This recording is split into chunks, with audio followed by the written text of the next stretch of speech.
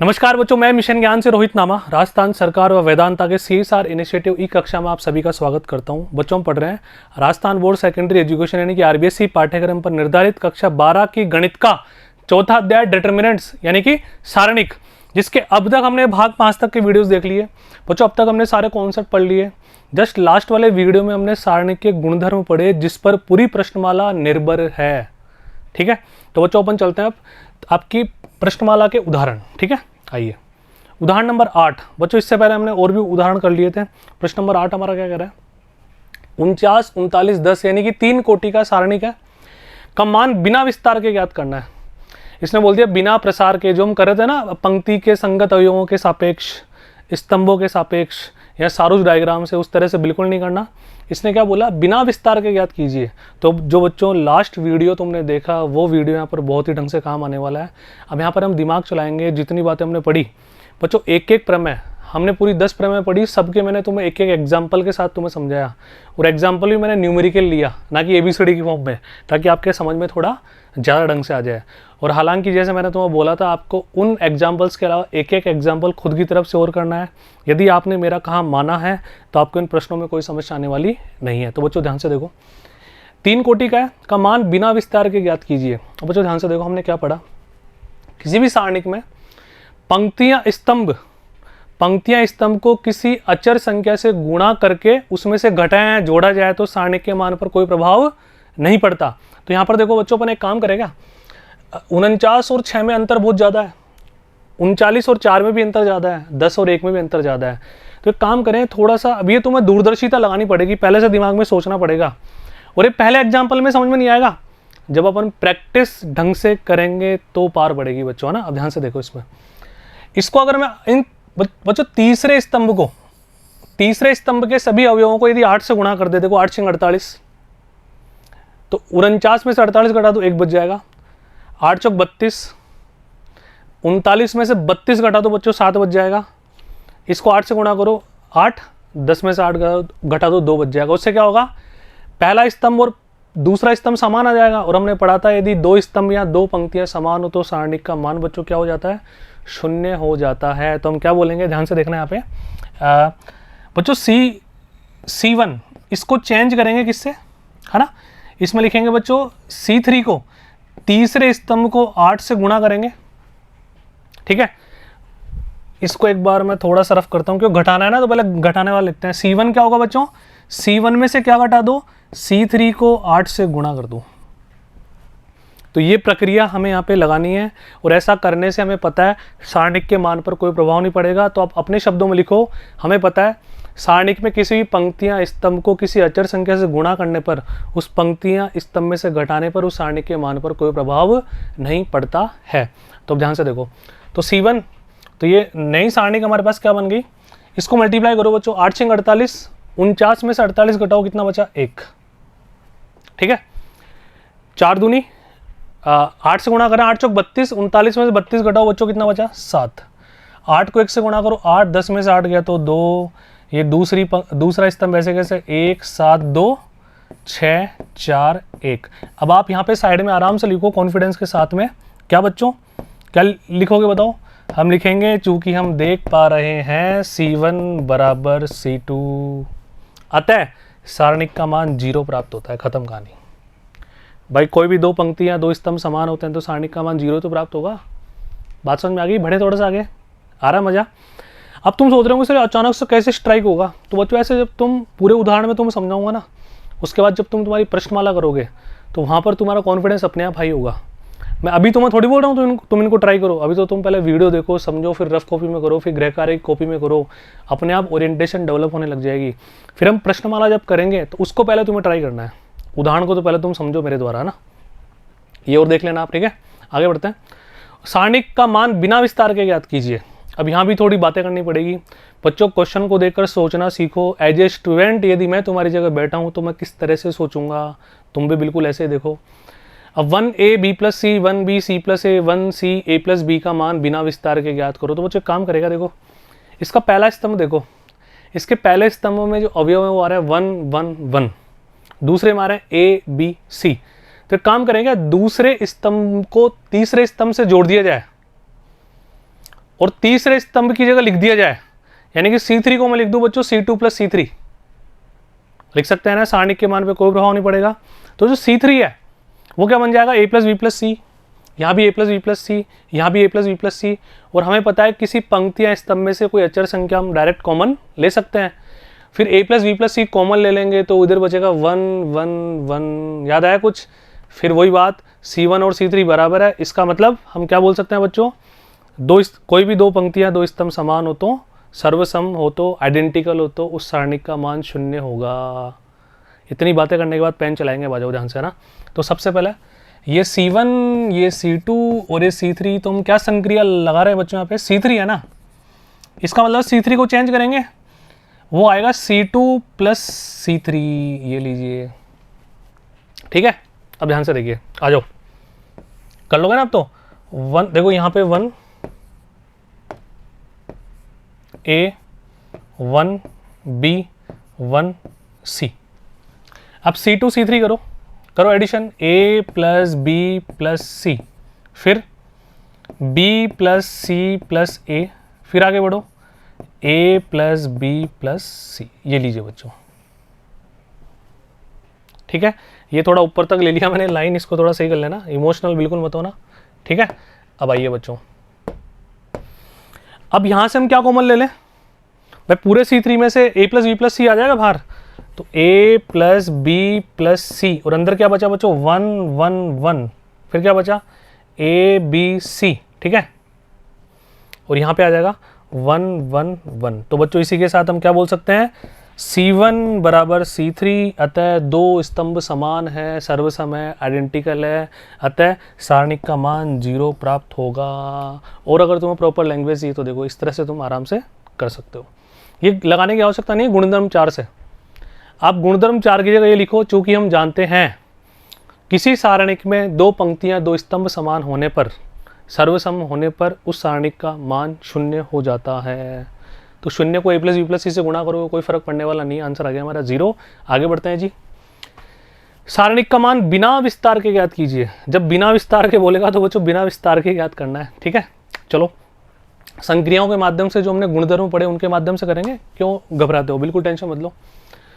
अब इसका मान बिना विस्तार के ज्ञात करना है ना। और एक बात बच्चों दिमाग में फिट कर लो, जब बिना विस्तार के पूछे ना और अजीब सा हो रहा हो तो इसका मतलब थोड़ा सा तुम्हें पेन चलाने से पहले सोचना पड़ेगा, उस क्वेश्चन से बातें करनी पड़ेगी, और ज़्यादातर उसका आंसर 0 हो रहा होता है, मतलब कोई दो आइडेंटिकल दो स्तंभ या दो पंक्तियां समान आ रहे होंगे, कुछ ऐसा जुगाड़ उसमें हो रहा होगा ना, जनरली ऐसा होता है, कमिटमेंट नहीं है ना।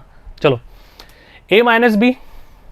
अब बच्चों यहाँ पे देखो, अगर मैं पहली पंक्ति दूसरी पंक्ति तीसरी पंक्ति को जोड़ दूं तो देखो B से B कैंसिल, A से A कैंसिल, C से C कैंसिल, 0 आ जाएगा ना। अचानक से निगाह पड़ी, मैंने बोल दिया, सोच लिया मन में। और देखो आगे बढ़ो, M से M कैंसिल, N से N कैंसिल, यदि तीनों को जोड़ दें, X से X कैंसिल, Y से Y कैंसिल, Z से Z कैंसिल। इसका मतलब पहली पंक्ति को चेंज कर दो संक्रिया लगा के, और पहली पंक्ति को चेंज कर देंगे तो पहली पंक्ति के सारे अवयव 0 हो जाएंगे। और जब किसी सारणिक में कोई पंक्ति या स्तंभ के सभी अवयव 0 हैं तो सारणिक का मान ऑब्वियसली बच्चों क्या हो जाता है, 0 हो जाता है। ये भी हमने पढ़ा है, ठीक है। तो आइए, तो यहाँ पे बच्चों देखो ये R1 है, ये R2 है और ये R3 है। तो संक्रिया हम क्या लगाने वाले हैं, R1 को चेंज करेंगे R1 + R2 + R3, ठीक है।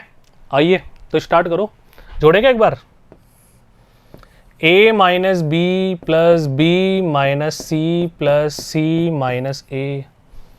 केवल R1 को चेंज कर रहे हैं, बाकी जनता as it is. M - N + N - P + P - M, साथ में पेन चलाना, ध्यान रखना।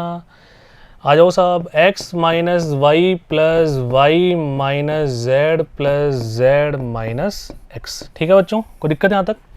बाकी एज इट इज लिख दो, कोई फर्क पड़ने वाला नहीं है। B - C, ठीक है, C - A, N - P और P - M। आगे बढ़ो, Y - Z और Z - X।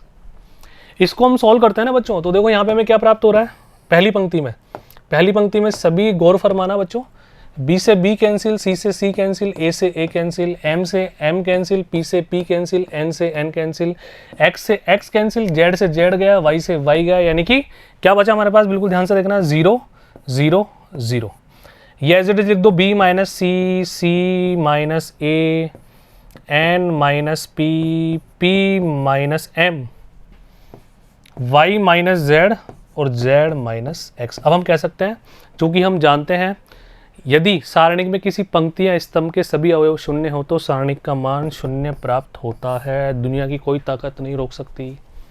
बात समझ में आया? बहुत आसान है। देखिए ये गुणधर्म वगैरह तुम लिखते रहना तुम्हारे हिसाब से ना। आगे बढ़ते हैं, सिद्ध कीजिए। इसको इसके बराबर सिद्ध करना है बच्चों। अब ध्यान से देखो, इसको सिद्ध करने के तरीके बहुत सारे हैं, ठीक है। और ये वाला जो सारणिक है ना, जो ये सिद्ध करने वाला, ये तुम्हें डायरेक्ट याद भी रखना है ना। हो सकता है आगे किसी बड़े क्वेश्चन में ये डेटा एज इट इज काम आ रहा हो, है ना, क्योंकि बहुत स्पेसिफिक है। एक दो बार तुम्हारे 12th बोर्ड में इस तरह का क्वेश्चन आ भी चुका है ना, जैसे मैंने देखा पिछले 2-3 सालों में। तो इस तरह के क्वेश्चन का यूज होता है किसी क्वेश्चन की स्टेप बनकर बीच में। तो पहले मैं तुम्हें सिद्ध करके दिखाता हूँ। अब यहाँ पर इसने बिल्कुल नहीं बोला कि आप विस्तार से करो, सारूस डायग्राम से करो, किसी पंक्ति के संगत करो, किसी स्तंभ के संगत करो, तो जिसमें तुम ज़्यादा कंफर्टेबल हो वैसे करना। कोई प्रेशराइज नहीं है, कोई दादागिरी नहीं है कि आप विस्तार से मत करो या उससे करो, ठीक है। तो अपन करते हैं बच्चों, जनरल इसको निकालते हैं ना। आइए सभी देखना, कॉन्सेंट्रेट करना बोर्ड पे। उदाहरण नंबर 11 अपन कर रहे हैं ना। तो बच्चों इसको विस्तार से अपन कर लेते हैं, ठीक है। आओ 1, इसका उपसारणी कौन बचा बच्चों? y, ध्यान से देखना, y स्क्वायर z, ये तो कर लोगे ना आप आराम से पेंसिल से खींच के। ये प्लस माइनस प्लस, है ना।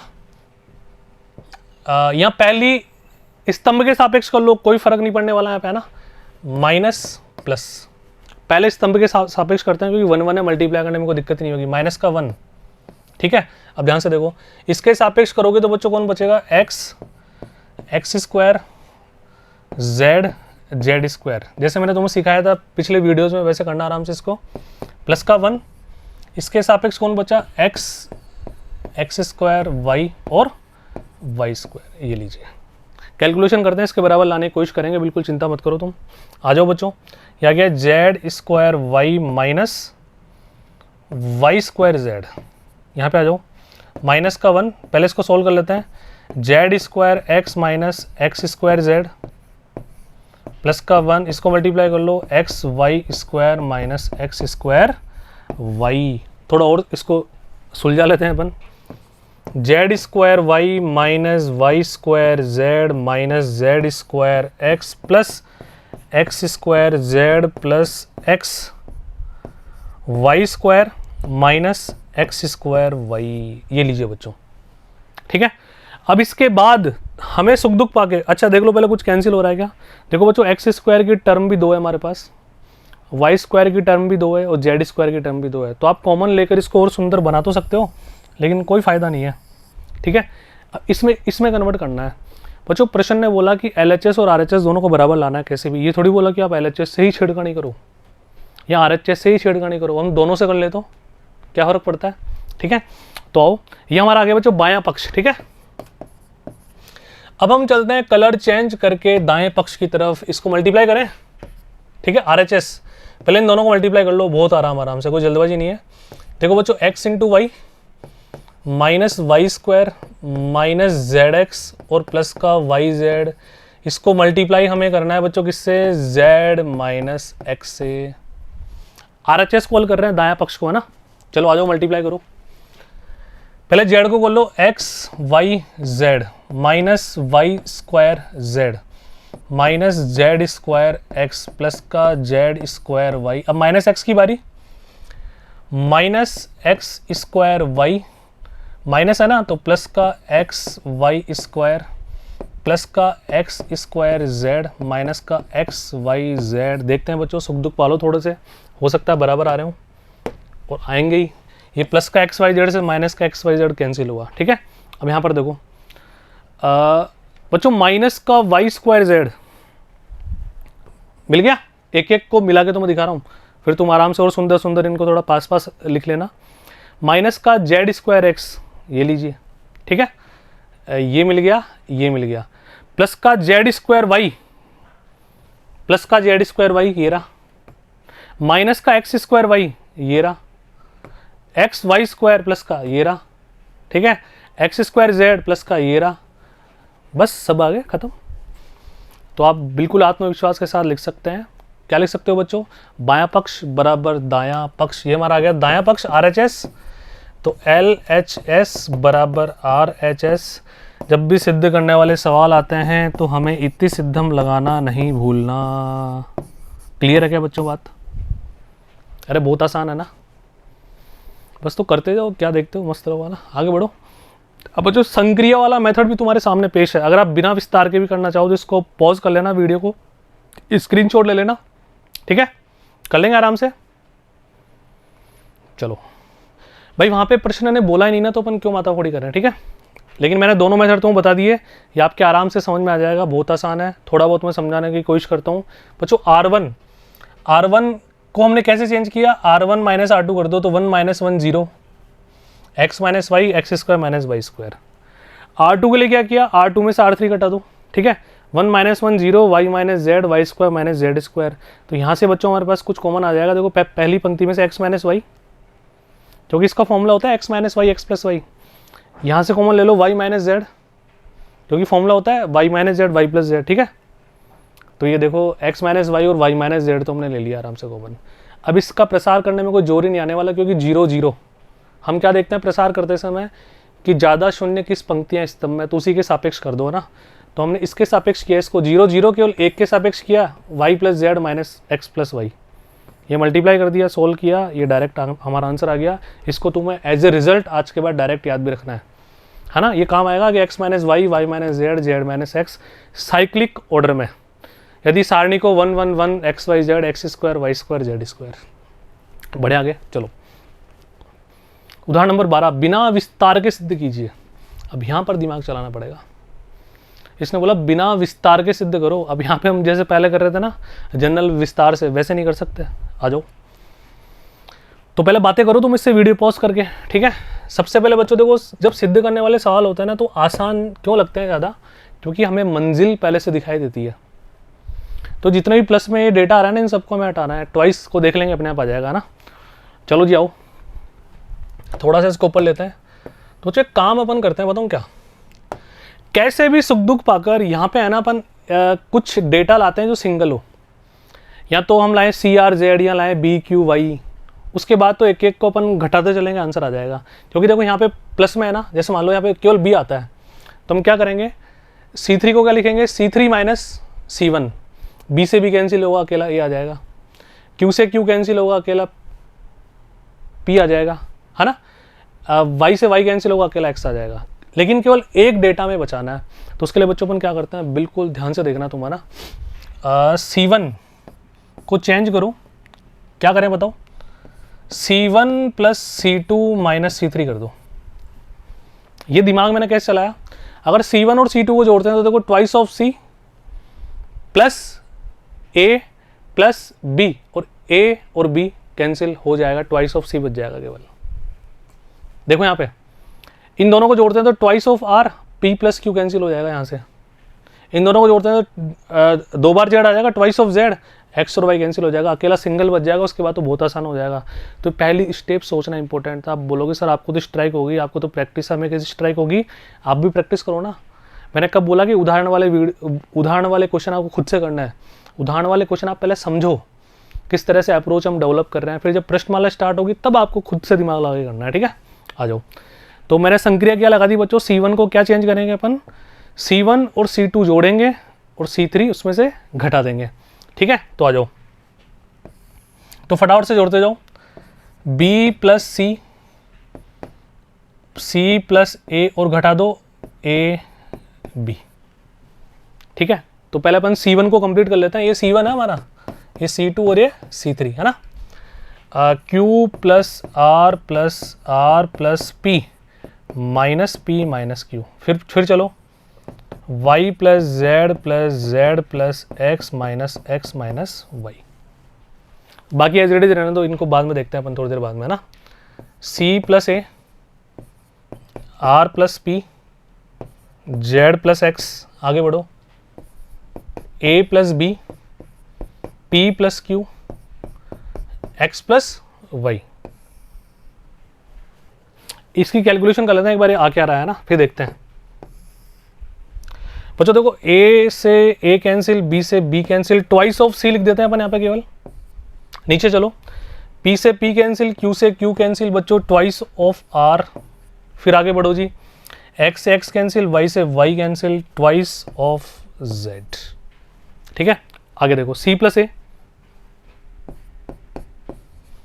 फिर चलो पी प्लस आर, यही है ना। फिर है Z plus X, next A plus B, P plus Q, X plus Y. अब तुम दिमाग चलाओ थोड़ा सा वीडियो पॉज करके, है ना। देखो हमें कहाँ तक जाना है, ध्यान से देखो। पहले बताओ जो कुछ हमें चाहिए वो डेटा आया नहीं आया। सी आर जेड आ गया, सी आर जेड, वो तो हम ट्रांसफर कर लेंगे, तुम पता है ना।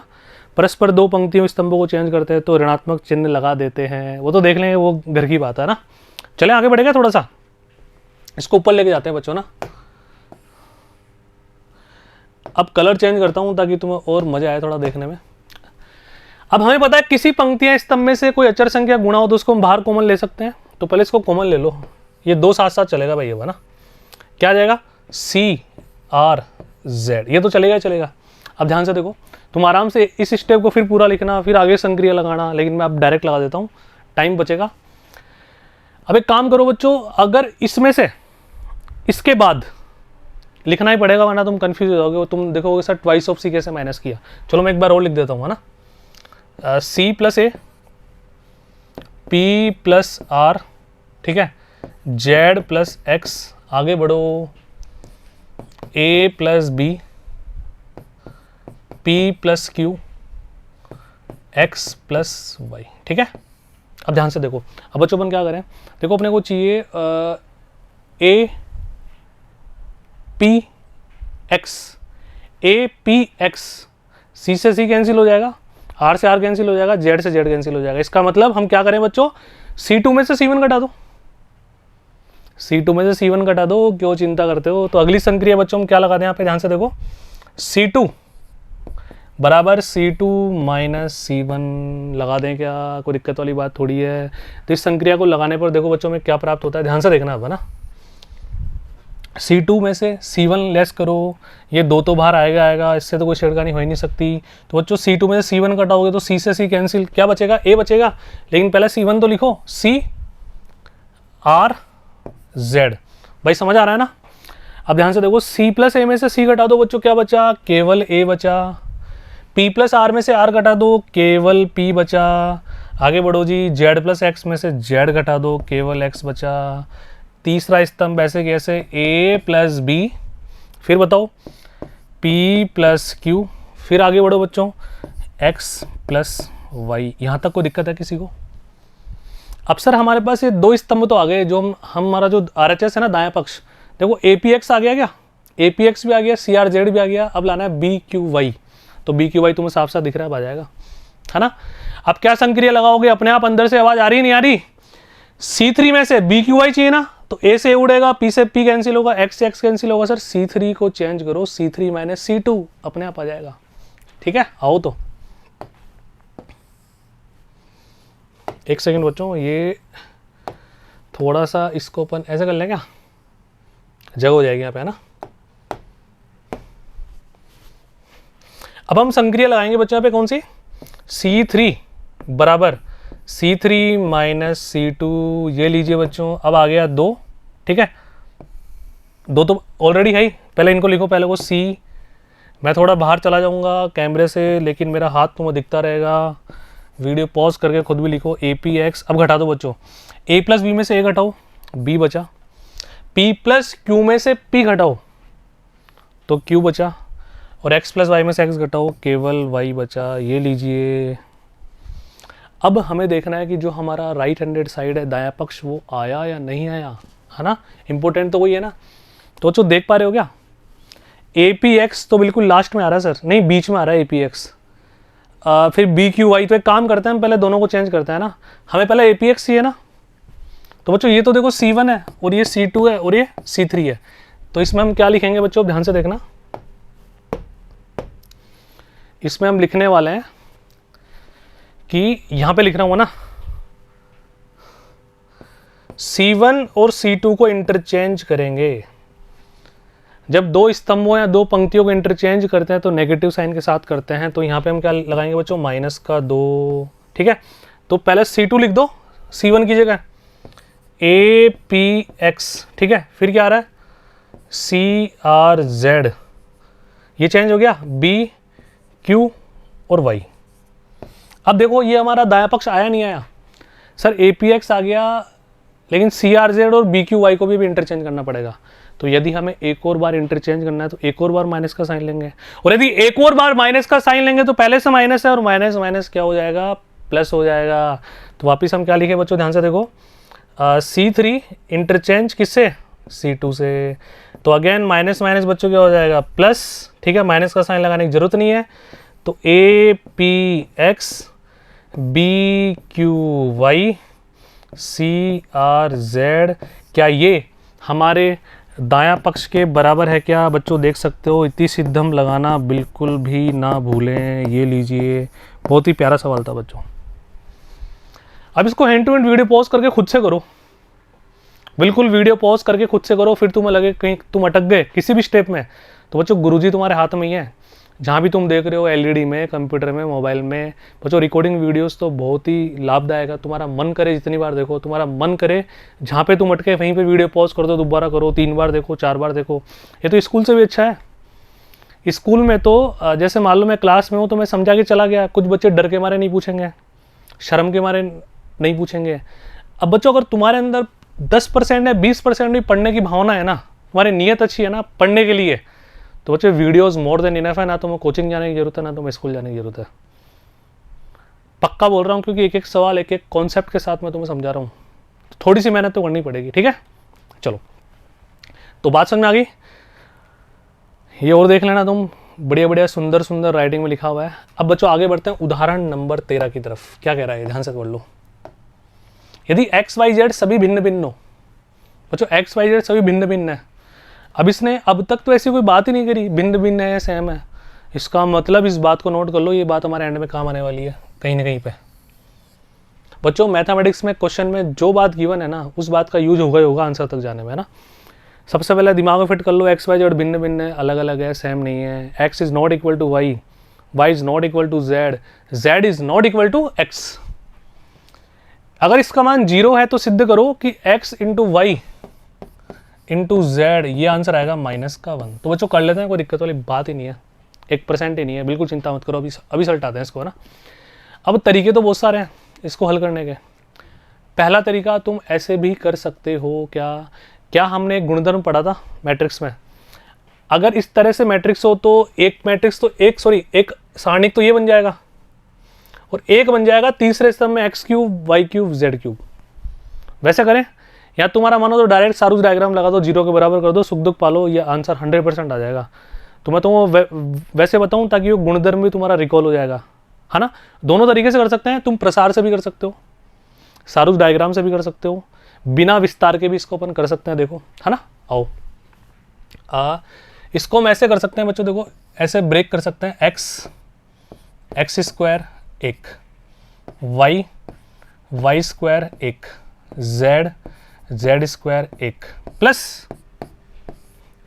x square x cube, y square y cube, z square z cube. ये दोनों बातें बराबर ही है ना। इन दोनों का सम बच्चों बराबर में 0 आ रहा है, वो अपन एंड में लिखेंगे जब इसका यूज अपन करेंगे ना। जब तक तुम्हारी कॉपी में तो लिखते रहना आराम से। अब अलग अलग सोल्व कर लो, करें अलग अलग सोल्व भी तुम कर सकते हो। देखो ध्यान से बच्चों, इसमें से कुछ कॉमन आ सकता है क्या, बताओ। अगर यहाँ से मैं कुछ कॉमन ले लूँ, देखो यहाँ से x कॉमन आ रहा है क्या, अरे देख पा रहे हो कि x कॉमन आ रहा है क्या, यहाँ से y कॉमन आ रहा है क्या। पहली पंक्ति में से x कॉमन लो, दूसरी पंक्ति में से y कॉमन लो, तीसरी पंक्ति में से z कॉमन लो, फिर देखते हैं ना। देखो ये as it is x square 1, y square 1, z square 1, ठीक है। प्लस यहाँ से बच्चों x y z कॉमन आ गया, तो क्या बचा 1x square, 1y square, 1z square. अब मैंने ऐसा क्यों किया तुम्हें पता है, देखो दोनों सेम हो रहे हैं। अरे दोनों सेम हो रहे हैं, नहीं हो रहे सेम हो रहे हैं ना सेम।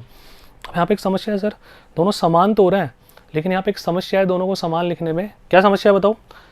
कि ये एक्स स्क्वायर 1 आ रहा है, ये 1x एक्स स्क्वायर आ रहा है। तो एक काम करेगा, ध्यान से देखो, या तो इसको इंटरचेंज करते हैं अपन। पहले मैं C1 और C2 को चेंज करूं, सॉरी C2 और C3 को चेंज करें, फिर C1 और C2 को चेंज करें, तो फिर दोनों सेम सेम आ जाएंगे क्या? आ जाओ करते हैं।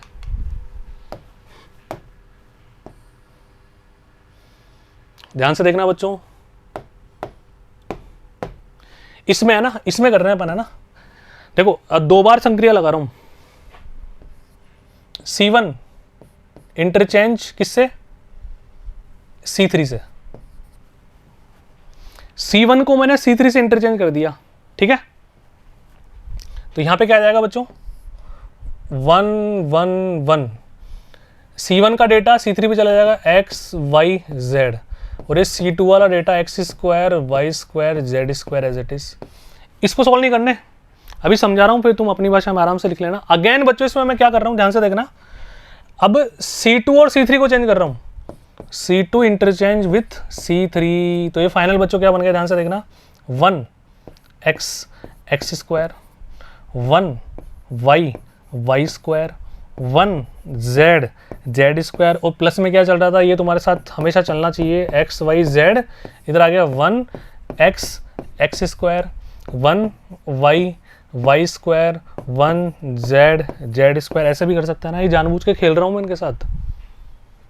तुम्हारी प्रैक्टिस होगी, गुणधर्म रिकॉल होंगे, जितने गुणधर्म रिकॉल होंगे प्रश्नमाला करने में उतना ही मजा तुम्हारे को आ रहा होगा बच्चों। अब ध्यान से देखना, इससे तो 1 तो हो ही रहा है मल्टीप्लाई, क्या फर्क पड़ता है। तो इक्वेशन सॉल्व करनी आती है तुम्हारे को, देखो 1 + x + y + z, ये हम इधर ले लें, 1 + x y z बाहर ले लें, और ये एक ही बार आ जाएगा। अब आ जाएगा ना एक ही बार, 1x एक्स स्क्वायर, क्योंकि सेम आ रहा है ना, 1y वाई स्क्वायर, और 1z जेड स्क्वायर। ये लीजिए बच्चों, ठीक है। अब इसको तुम एक आव्यूह में कन्वर्ट हो गया, अब इसका तुम आराम से विस्तार से कर दो, ठीक है। अब तो क्या बचा, बिना विस्तार के किया अपन ने। तो बताओ किसके सापेक्ष निकालना चाहोगे। हालांकि तुम इसको और भी आसान कर सकते हो, ये तो तुम्हें याद होगा ही। अरे अभी थोड़ी देर पहले किया ना अपन ने, याद आया कुछ। इसमें से ये वाला माइनस किया, इसमें से ये वाला, मतलब R1 - R2 हमने किया, तो x - y x square - y square. थोड़ी देर पहले ऐसा सवाल था ना। फिर R2 को हमने क्या लिखा, R2 - R3, y - z y square - z square. फिर ऊपर से x - y कॉमन ले लिया, y - z कॉमन ले लिया, याद आया। फिर साइक्लिक ऑर्डर में इसका विस्तार हमने किया था, क्या बना था, x - y y - z z - x। भाई याद है कि नहीं है, लेके चलूँ पीछे, आ जाओ पीछे लेके चलते हैं बच्चों तुम्हारे को। ध्यान से देखो, ये रहा, ठीक है, कर लोगे बिल्कुल वैसे ही। अच्छा, अब बराबर में 0 तो चल ही रहा है, अब तुम आराम से लिख लेना बच्चों, सबके बराबर में 0, ठीक है। अब आ जाओ, अब बच्चों 4 मल्टीप्लीकेशन 0 के बराबर है। अब चाहे 2 गुणा 0 के बराबर हो, चाहे 2 का गुणनफल 0 के बराबर हो, चाहे 3 का 0 के बराबर हो, चाहे 5 का हो, चाहे 10 का हो, चाहे 100 का हो, हम प्रत्येक को 0 के बराबर लिखते हैं, बचपन से पढ़ते आ रहे हैं। यदि a - b x - y बराबर 0 है, तो या तो a - b 0 होगा, या x - y 0 होगा, ऐसा होता है ना जनरली। अब यहाँ पे देखो बच्चों, यहाँ पर क्या करेंगे, अगर मैं, ध्यान से देखना, अगर मैं इन तीनों को 0 के बराबर करता हूं, इन सबको अलग अलग 0 के बराबर करते हैं। ध्यान से देखो, पहला x y z, इसको 0 के बराबर करेंगे तो -1, ये हमें सिद्ध करना था। अरे हमें सिद्ध करना था, आंसर आ गया। लेकिन सर आगे भी तो माथा फोड़ी है।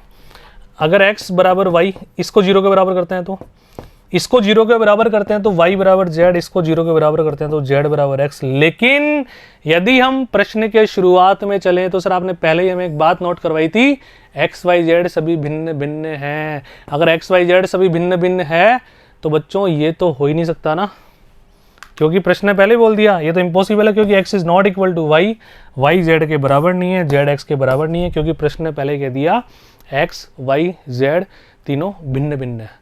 तो बच्चों हमने सिद्ध कर दिया x × y × z बराबर -1। बात समझ में आई? तो बच्चों प्रैक्टिस करो खुद से, ज़्यादा मजा आएगा। अब देखो मैंने क्या बोला था तुम्हें, कि ये वाला तुम याद कर लो बच्चों, कभी भी काम आ सकता है। हालांकि तुम इसको भी सिद्ध कर सकते हो बार बार। बच्चों बड़ा सवाल है, सिद्ध क्यों नहीं कर सकते? देखो मैंने तुम्हें समझाया था ना, R1 को लिखो R1 माइनस R2, R2 को लिखो R2 minus R3, x minus Y, Y minus Z common लो, सारणी हल कर दो, खत्म। ठीक है, बढ़े आगे चलो। उदाहरण नंबर 14, ठीक है, इसको सोल्व करते हैं। बच्चों क्या करा है, इसका मान ज्ञात कीजिए। अब इस सारणिक का मान हमें ज्ञात करना है, तो एक बार बताओ, इसने ये तो बिल्कुल नहीं बोला ना हमारे को कि आप सारू डायग्राम से करो या विस्तार से करो या विस्तार से मत करो, तुम्हारा मन करे वैसे करो, क्या फ़र्क पड़ता है। ठीक है, 1/a को देखकर बिल्कुल घबराना नहीं है। तो काम करते हैं बच्चों, जो तुम्हारा सबसे कंफर्टेबल मेथड है ना, वैसे ही अपन करते हैं, हम प्रसार से करते हैं इसको, है ना। तो 1/a, ठीक है, इसका उपसारणिक कौन बचेगा, b² CA और C² AB। ये तो तुम कर ही लोगे ना आराम से, ये प्लस है ना, ये माइनस और ये प्लस, इसी के आधार पे करते हैं 1/b। लेकिन यहाँ पे प्लस की जगह साइन कौन सा लगाना पड़ेगा बच्चों, माइनस का साइन लगाना पड़ेगा। ये लगा दिया मैंने। इसका उपसारणिक बताओ कौन है, इसका उपसारणिक बचा हमारे पास A² BC C² AB। अब बारी 1/c की, ठीक है, इसका उपसारणिक कौन बचा, A² BC B² CA। इसको सॉल्व कर दो, कैलकुलेशन कर दो।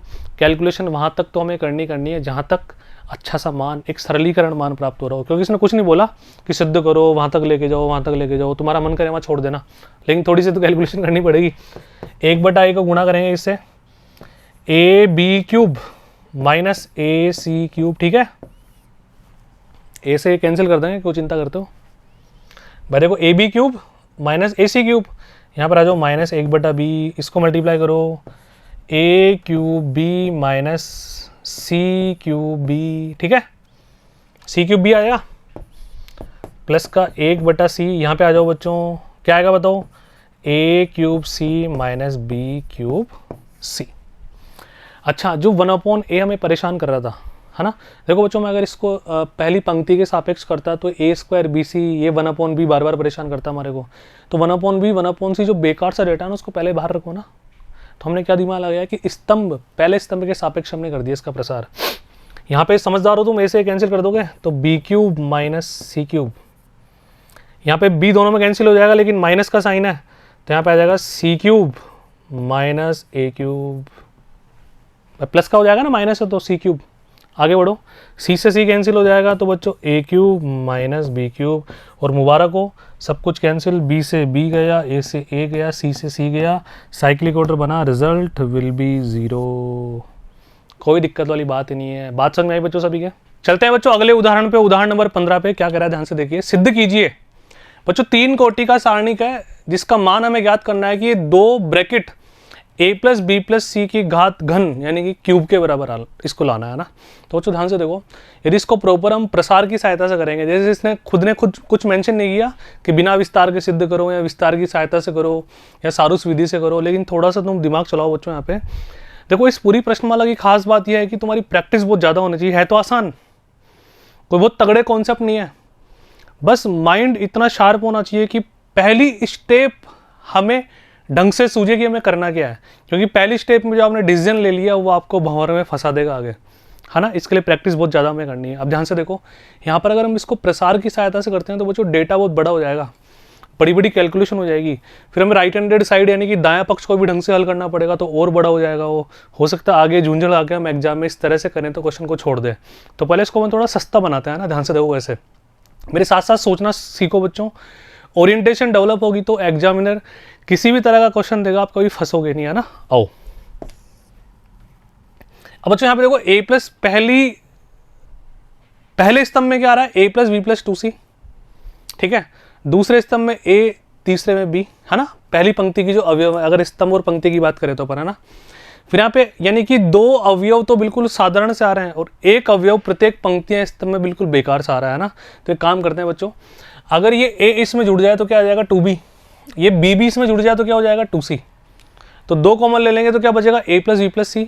क्या सभी में ऐसा हो सकता है? कैसे देखो, यदि हम एक काम करें बच्चों कि C1 को चेंज कर दे, उसमें जोड़ दें C2 और C3। अब अगर ये दोनों मिलके 2b + c + 2a मिलके अगर इधर आ जाए तो ये भी क्या हो जाएगा 2a plus 2b plus 2c।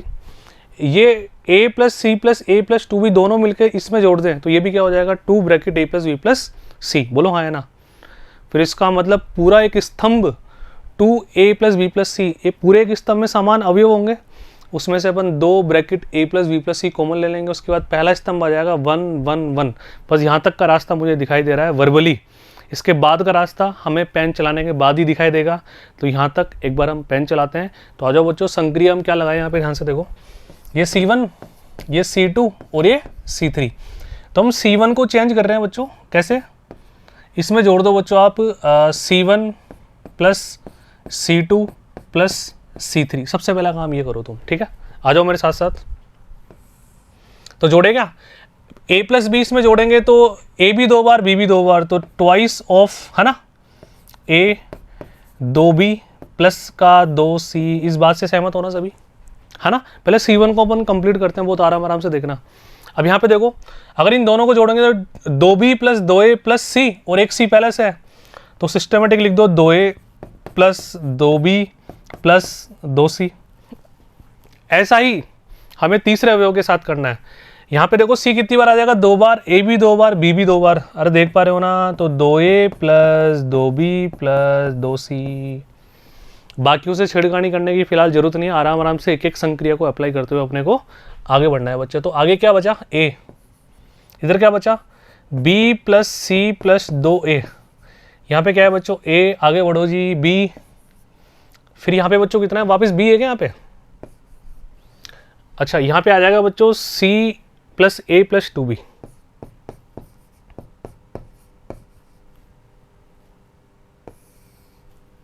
ठीक है, यहाँ तक कोई समस्या वाली बात नहीं है। अब आ जाओ बच्चों, ध्यान से देखो ना, ये पहले स्तंभ में से कुछ कॉमन आ सकता है, देख पा रहे हो ना, ये सेम डेटा है तो इसको हम बाहर ले लें। तो इसको मैंने बाहर लिया तो ऐसे ले लिया 2a plus b plus c।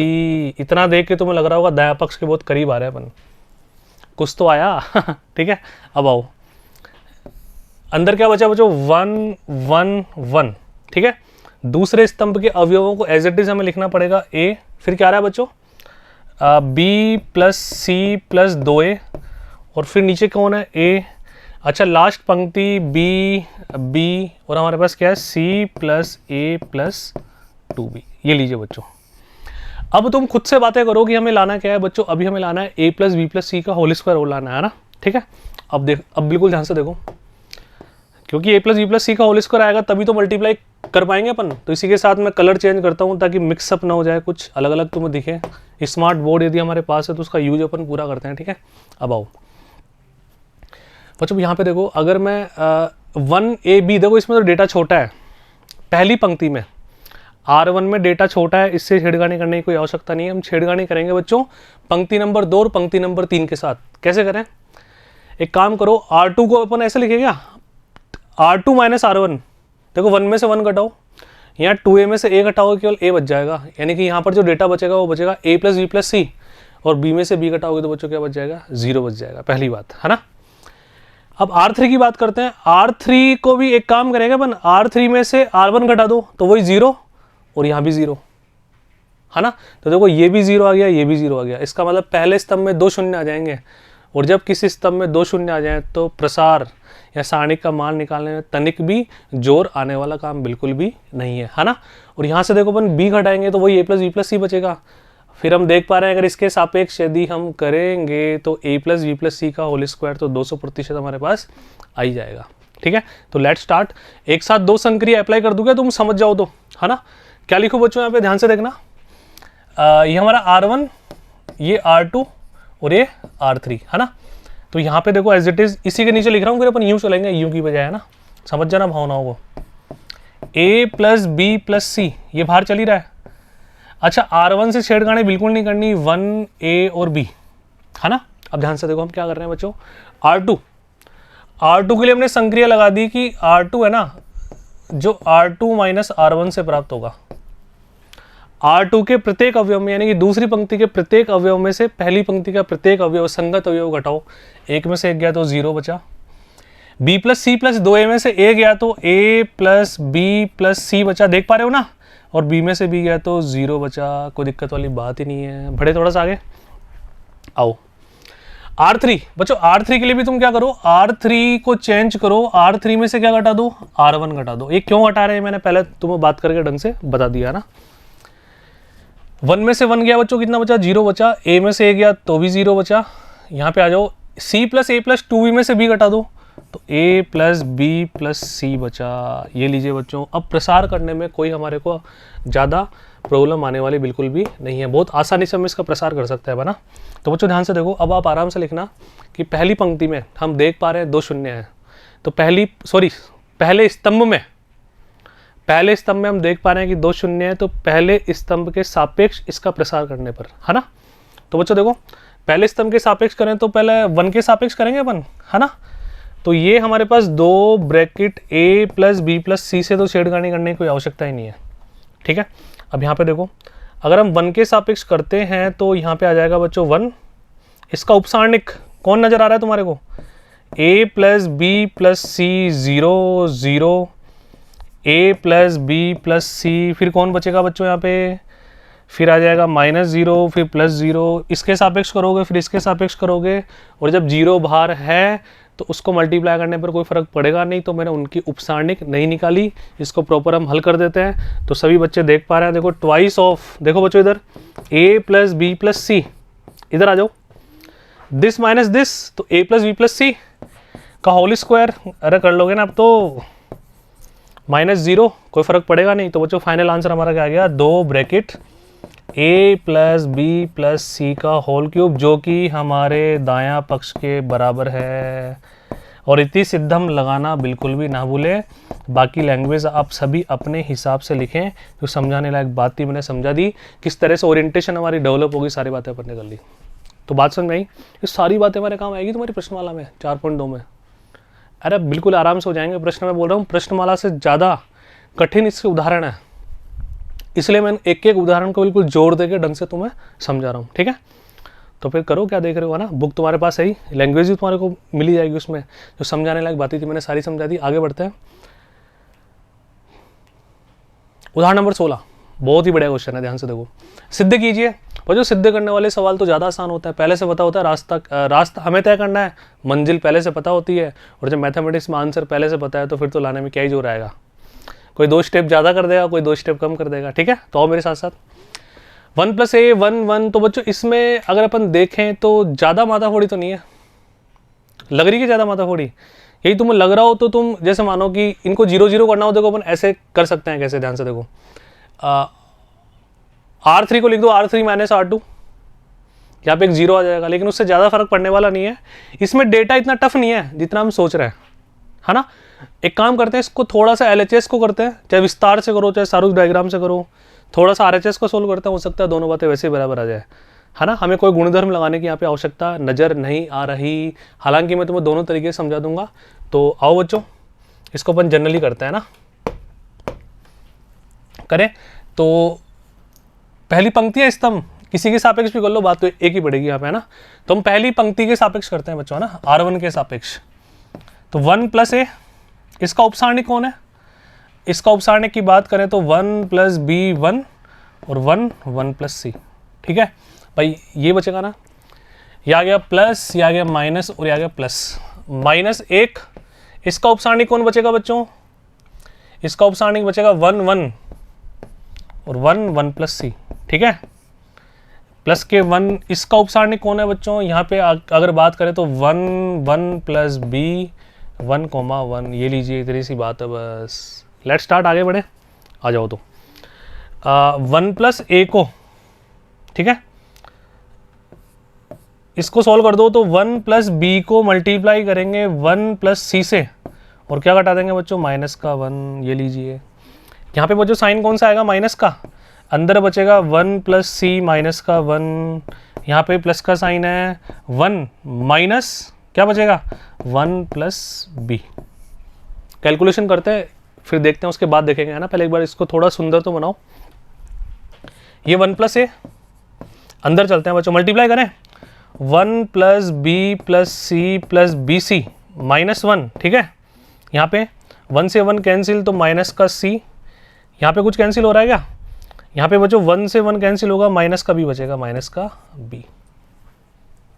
इसको और थोड़ा सोल्व कर लें, ये दोनों कैंसिल, इसको मल्टीप्लाई करेंगे एक बार, ध्यान से देखो इधर आओ, बी पहले 1 को मल्टीप्लाई कर लें सबसे, तो b plus C plus B C. अब एक को करो, A B plus A C plus A B C minus B. देखते हैं कुछ कट रहा है क्या, बी और सी कैंसिल हो गया, ठीक है, और कुछ कटने के यहाँ पे चांसेस नहीं है।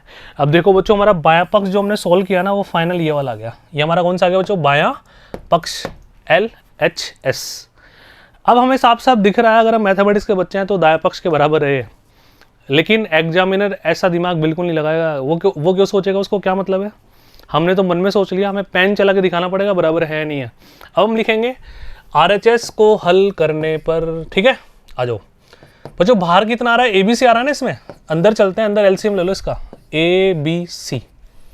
अच्छा, ऊपर बचेगा ABC plus BC plus AC plus AB, और ये ABC से ABC कैंसिल, तो ये क्या बचा बच्चों, इधर देखो, ABC मैच हो गया, देख पा रहे हो, AB BC CA, AB BC CA दोनों मैच हो गए। तो हम बहुत ही कॉन्फिडेंस से कह सकते हैं बायां पक्ष बराबर दायां पक्ष इति सिद्धम। ये लीजिए बच्चों, कोई टेंशन वाली बात ही नहीं है, खत्म कहानी।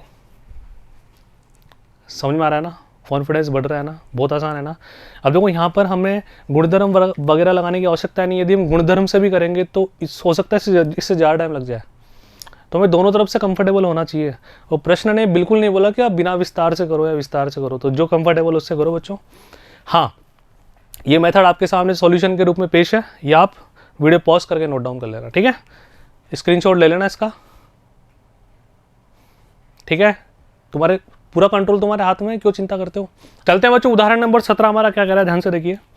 x plus A B C C X plus B A B X plus C बराबर 0 को हल कीजिए। हल करने से तात्पर्य इसका है बच्चों की x का मान ही हमारे से पूछना चाह रहा है, ठीक है।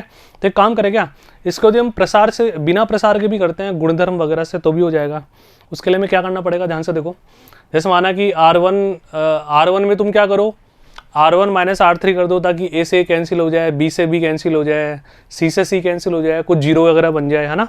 या तुम डायरेक्ट करोगे तो भी मेरे हिसाब से उतने टाइम में हो जाएगा ना।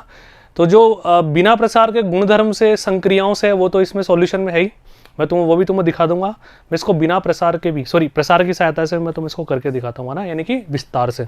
तो करें जनरल, किसी भी पंक्ति को ले लो, किसी भी स्तंभ को ले लो, सारे साइमल्टेनियसली हैं, मतलब सारे सिमेट्रिक है, सभी में एक 2 अवयव वाला आ रहा है, 2 अवयव मतलब 2 एलिमेंट्स का एडिशन आ रहा है और 2 सिंगल आ रहे हैं। तो किसी भी पंक्तियां, किसी भी स्तंभ के सापेक्ष तुम इसको कर सकते हो। तो अपन करते हैं एक बार, ध्यान से देखो।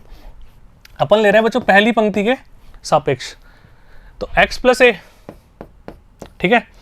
इसका उपसारणिक बच्चों कौन होगा, x प्लस बी ए और बी एक्स प्लस सी। बस ध्यान रखना, इसमें थोड़ी डेटा बड़ा बड़ा होता है, लंबा लंबा डेटा होगा, तो बहुत सावधानी से करना है, बहुत आराम आराम से, है ना।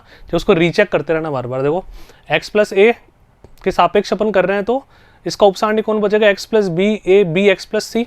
आगे बढ़ो, ये प्लस, ये माइनस और ये प्लस, अब ये माइनस बी। बच्चों इसका उपसारणिक कौन होने वाला है, इसका उपसारणिक होगा सी ए और एक्स प्लस सी, ठीक है। ये बी ले लिया ना अपन ने, तो कौन कौन बचा, सी ए एक्स प्लस सी, तीसरा प्लस का सी, और इसका बच्चों कौन बचेगा। अगर ये तुम पेंसिल से लाइन खींच लेना, ठीक है, ये मैंने तुम्हें ऐसे खींच के बहुत सारी बार बता दिया बच्चों पहले। तो सी एक्स प्लस बी, है ना, यहाँ बचा ए और बी। अब कैलकुलेशन करनी है बहुत सावधानी से, बहुत आराम आराम से, है ना। तो स्टार्ट हो जाओ, आ जाओ मेरे साथ साथ। इसका कलर चेंज करते हैं ताकि तुम्हें ढंग से दिखाई दे। एक्स प्लस ए, ये बाहर आई है हमारे पास, अंदर कौन कौन मल्टीप्लाई होगा बच्चों, एक्स प्लस बी से एक्स प्लस सी मल्टीप्लाई होगा। तो करें एक बार डायरेक्ट, आ जाओ, X square plus B X. अब सी की बारी, है ना भाई, एक्स प्लस बी से एक्स प्लस सी मल्टीप्लाई होगा, तो एक्स प्लस बी को एक्स प्लस सी से मल्टीप्लाई करो, तो एक्स को पहले दोनों से कर दिया, X square plus B X. अब सी की बारी, है ना, तो C X plus B C. अच्छा, माइनस में क्या आएगा, इन दोनों का मल्टीप्लीकेशन, तो माइनस का ए बी। इस बात से सहमत हो गए सभी, यहाँ तक कोई दिक्कत वाली बात नहीं। चलते हैं अगले पे, है ना, ये माइनस का बी। अच्छा, अंदर आएगा बच्चों, सी को दोनों से मल्टीप्लाई करो, तो सी एक्स प्लस सी स्क्वायर, माइनस का ए स्क्वायर, ये लीजिए, कोई दिक्कत वाली बात ही नहीं है। और आगे बढ़ो, प्लस का सी, अब क्या आने वाला है अंदर बच्चों, b इंटू सी माइनस ए एक्स माइनस का ए बी। अब एक बार और आपको ढंग से मल्टीप्लाई करना है, बिल्कुल एकाग्रता के साथ, है ना। आ जाओ मेरे साथ साथ, कलर चेंज कर लेते हैं, दिखने में थोड़ा और कंफर्टेबल होगा। पहले x को पूरे से मल्टीप्लाई करते हैं, फिर a को पूरे से मल्टीप्लाई करते हैं। तो पहले x की बारी है ना, x को x स्क्वायर से करो बच्चों, क्या आएगा, एक्स क्यूब, ठीक है। x को bx से करो bx स्क्वायर, x को cx से करो cx स्क्वायर, x को bc से करो बच्चों bcx, x को ab से करो बच्चों माइनस का abx, x को मल्टीप्लाई हमने कर दिया। अब बात आती है बच्चों a की, अब a को मल्टीप्लाई करो सबसे, a को करो x स्क्वायर से तो ax स्क्वायर, a को करो bx से तो abx, ठीक है। a को करो cx से तो acx, है ना, बहुत बड़ा मल्टीप्लिकेशन है। a को करो bc से प्लस का abc, और a को करो माइनस abc तो माइनस का a स्क्वायर b। कोई दिक्कत वाली बात नहीं है। अब चलते हैं नेक्स्ट वाले पे, अब ज़्यादा इसमें जोर नहीं आने वाला। माइनस के b को मल्टीप्लाई करना है तो माइनस का bcx माइनस का bc square, minus minus plus तो प्लस का ए स्क्वायर बी, ठीक है भाई। ए स्क्वायर को बी से मल्टीप्लाई करोगे, अब इसकी बारी, इधर ही कर देते हैं, जगह है बच्चों अपने पास। प्लस का बी सी स्क्वायर माइनस का ए सी एक्स, और माइनस का बच्चों क्या आ जाएगा, ए बी सी। अब तुम्हारी एकाग्रता पर निर्भर करता है कि देखते हैं बच्चों कौन कौन सी जनता कैंसिल हो रही है ना। तो बिल्कुल मेरे साथ साथ कॉन्सेंट्रेशन के साथ देखेंगे ना बच्चों। देखो एक्स क्यूब का तो और कोई भी नहीं यहाँ पे, है ना, देख पा रहे हो ना। मैं हो सकता है थोड़ा स्क्रीन से बाहर भी चला जाऊँ, बट आपको जो काम की बातें हैं वो आपको सामने हमेशा पेश रहेगी। तो बच्चों यहाँ से स्टार्ट होते हैं। एक्स क्यूब का कोई भी नहीं है, एक्स स्क्वायर बी एक भी नहीं है यहाँ पे, एक्स स्क्वायर सी एक भी नहीं यहाँ पे, बी सी एक्स, क्या बी सी एक्स नजर आ रहा है किसी को? देखो ये रहा, ये बी सी एक्स और ये भी B C X, plus minus cancel, उड़ाते चलो। ए बी एक्स नजर आ रहा है, ये माइनस का और ये प्लस का, कैंसिल, आगे बढ़ो जी बच्चों। ए सी एक्स नजर आ रहा है, ए सी एक्स ये रहा, ये माइनस का और ये प्लस का ए बी सी माइनस का ए बी सी, ठीक है। माइनस का ए स्क्वायर बी प्लस का ए स्क्वायर बी, माइनस का बी सी स्क्वायर प्लस का बी सी स्क्वायर। अब कोई बचा क्या? ये सारे यहाँ तक कैंसिल हो गए, बस ये 4 डेटा हमारे पास शेष है, ये तीनों भाई और ये एक 4। इनको पास पास लिखें, थोड़ा सुंदर सुंदर बनाए इसको। X cube plus B X square plus C X square, और क्या बचा, प्लस का ए एक्स स्क्वायर। इसको सॉल्व करें, इसमें से कुछ कॉमन आ रहा है क्या? सर हम इन चारों में से एक्स स्क्वायर कॉमन ले सकते हैं, तो ले लो, क्या देख रहे हो। एक्स स्क्वायर कॉमन लिया बच्चों अपन ने, क्या बचा, X plus B plus C plus A बराबर में 0। अब तो बचपन से तुम पढ़ते हुए आ रहे हो, जब दो बातों का मल्टीप्लिकेशन 0 हो, इसका मतलब या तो बच्चों बोलो अंदर से क्या आवाज आ रही है, या तो एक्स स्क्वायर बराबर 0 या x plus A plus B plus C बराबर 0। तो यहाँ से दो मान प्राप्त हो गए, एक तो एक्स बराबर 0 प्राप्त हुआ और एक प्राप्त हुआ एक्स बराबर माइनस ए प्लस बी प्लस सी। बहुत आसानी से हमने इसको कर दिया, तो मजा आया नहीं आया, बहुत आसान है क्या, ठीक है। बाकी बिना प्रसार का संक्रियाओं से करोगे तो आराम से कर दो ना, ये मैं तुम्हें वर्बली समझा देता हूँ एक बार। देखो हमने क्या किया, C1 में बच्चों क्या जोड़ दिया, C2 C1 C2 C3 तीनों का एडिशन कर दिया ना। तो यहाँ पे हमने एडिशन किया, तो ध्यान से देखो, जोड़ दिया a plus B plus C, X plus A में क्या जोड़ दिया, b प्लस सी जोड़ दिया ना, बस कहानी खत्म। ऐसे यहाँ पे देखो, X plus A plus B plus C, X plus C plus B plus A, वापस ये कॉमन ले लेंगे तो 1 1 बच जाएगा यहाँ पे, ठीक है। 1 1 बचने के बाद हमने वापस संक्रिया लगा दी, R1 में से R2 घटा दिया, R2 में से R3 घटा दिया, ये घटाओ। इसके बाद तो तुम जनरल तुम्हारे हिसाब से कर लो, मतलब कोई जरूरी नहीं कि जिस तरह से मैंने संक्रिया लगाई तुम भी उस तरह से लगाओ। कोशिश ये रहनी चाहिए कि ज़्यादा शून्य हम बना पाएँ। और अब इतने क्वेश्चंस की प्रैक्टिस के बाद तो आप आराम से कर ही सकते हो बच्चों, ठीक है। बढ़े आगे, थोड़ा सा बैक चलते हैं बच्चों। ये प्रश्न भी हमने किया था अभी थोड़ी देर पहले।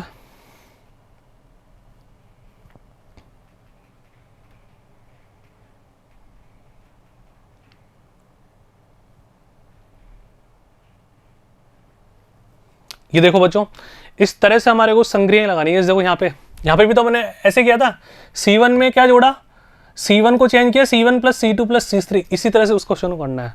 और ये संक्रिया कोई फिक्स नहीं होती है, माइंड में क्या रखना है, कम से कम कैलकुलेशन करें। यदि हमें किसी क्वेश्चन को विस्तार से भी करना है बिना गुणधर्म संक्रियाओं से, तो भी कुछ संक्रियाएं हमें इस तरह से लगा लेनी है कि ज़्यादा शून्य हमारे पास आ जाए। तो ये भावनाएं अगर समझ पा रहे हो तो आपको आगे कोई समस्या नहीं आने वाली बच्चों, आगे बढ़ते जाओ। चलें अगले उदाहरण पे, उदाहरण नंबर 18। ठीक है, चलते हैं बच्चों उदाहरण नंबर 18 पे। देखो बहुत ही प्यारा क्वेश्चन है, सिद्ध कीजिए। अब बच्चों यहाँ पे दो बराबर के साइन तो में नजर आ रहे हैं, यानी कि एक क्वेश्चन में दो क्वेश्चन है। पहले हमें इन दोनों को बराबर करना है, ठीक है, फिर इसको सॉल्व करने के बाद इसके बराबर करना है, यानी कि तीनों बातें बराबर हैं। तो बच्चों बहुत बड़ा प्रश्न होने वाला है, तो बिल्कुल दिल थाम के बैठिए, एक एक स्टेप को अपन करते हुए चलते हैं। भावनाओं को समझना, देखो बच्चों क्या होता है, सॉल्यूशन समझाने के बाद तो आपको समझ में आ ही जाएगा। चलो मान लिया आपको पहली बार में समझ में नहीं आया, वीडियो को 2 बार देख लोगे, 3 बार देख लोगे, पूरा कंट्रोल आपके हाथ में है, आपके मोबाइल में, आपके कंप्यूटर में, जहाँ आप देख रहे हो वहाँ पर है ना। ठीक है, अब बच्चों यहाँ पर है ना, सोचना सीखो कि मैं किस तरह से सोच रहा हूँ, क्योंकि मैथमेटिक्स में रटने से काम बिल्कुल नहीं चलता है ना। अब ध्यान से देखो, हमें इस सारणिक से ये वाली सारणिक लानी है सबसे पहले, है ना। तो अपन स्टार्ट करते हैं बच्चों, ध्यान से देखो। अब अगर इस सारणिक से ये वाली सारणिक हमें लानी है, तो एक तरीका तो सर ये होता है कि इस सारणिक का मान हम निकाल लें, फिर इस सारणिक का मान हम निकाल लें, ठीक है, और दोनों को कैसे भी करके हम बराबर ले आए, तो वो तो बहुत बड़ा और अजीब सा हो जाएगा बच्चों, है ना। तो यहाँ पे संक्रियाएं और गुणधर्म हमारे काम आने वाले हैं। कैसे, आओ। सबसे पहली बात, अगर मैं इसमें से x कॉमन ले लूँ तो भी नहीं आ रहा, क्योंकि नीचे x नहीं है ना। इसमें से y कॉमन ले लूँ तो भी नहीं आ रहा, क्योंकि नीचे वाली पंक्ति में y नहीं है। तीसरे स्तंभ में से z कॉमन ले लें तो भी पार नहीं पड़ेगी, क्योंकि यहाँ पर क्या नहीं है बच्चों, तीसरी पंक्ति में z नहीं है ना। तब तो 1 1 आ जाता, हम देख लेते कुछ, उसके बाद तो कुछ करते हैं। एक बार 1 1 तो आ जाता, तो एक काम करते हैं बच्चों, 1 1 लाने के लिए एक काम करो तुम। अगर मैं यहाँ पे x से मल्टीप्लाई कर दूँ, किससे मल्टीप्लाई कर दूँ, x से, यहाँ पे y से कर दूँ और यहाँ पे z से कर दूँ, तो जो तीसरी पंक्ति हमारी है वो पूरी x y z हो जाएगी। बोलो हाँ है ना। और x y z एक साथ कॉमन ले लेंगे, बाहर आ जाएगा 1, अंदर आ जाएगा 1 1 1। अब सर अब तक तो अपन बाहर ले लेते थे, यहाँ तो लाना है, तो एक काम करेंगे अपन मल्टीप्लाई कर देंगे। अब सर एक समस्या है, अगर मल्टीप्लाई हम करें तो ये तो दादागिरी हो जाएगी। मैथमेटिक्स में सब कुछ बैलेंस करना पड़ता है।